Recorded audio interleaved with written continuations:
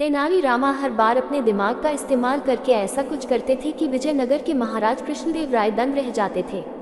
इस बार उन्होंने एक तरकीब से राजा को अपने फैसले पर दोबारा विचार करने को मजबूर कर दिया। हुआ यूं कि एक बार राजा कृष्णदेव किसी काम के चलते कश्मीर चले गए। वहां उन्हें एक सुनहरे रंग का खिलने वाला फूल दिखा। वो फूल महाराज को इतना पसंद आया कि वो अपने राज्य विजयनगर लौटते समय उसका एक पौधा अपने साथ लेकर आ गए। महल पहुंचते ही उन्होंने माली को बुलाया। माली के आते ही महाराज ने उससे कहा, देखो, इस पौधे को हमारे बगीचे में ऐसी जगह लगाना कि मैं इसे अपने कमरे से रोज देख सकूं।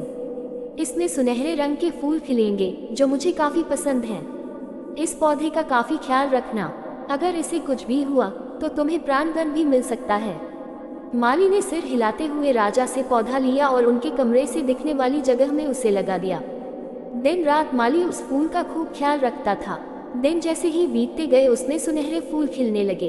रोज राजा उठते ही सबसे पहले उसे देखते और फिर दरबार जाते थे।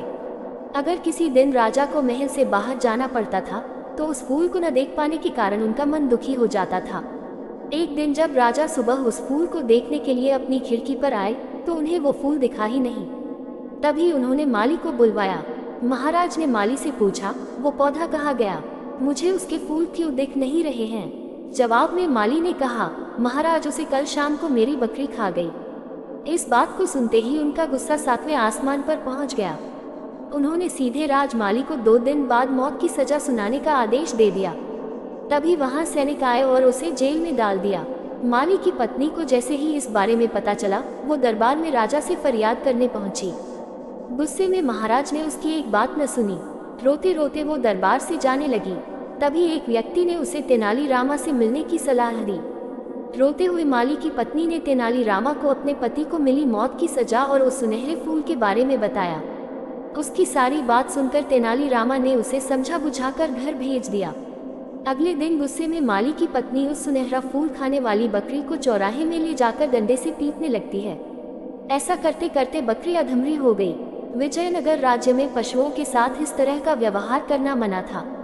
इसे क्रूरता माना जाता था, इसलिए कुछ लोगों ने माली की पत्नी की इस हरकत की शिकायत नगर कोतवाल को कर दी।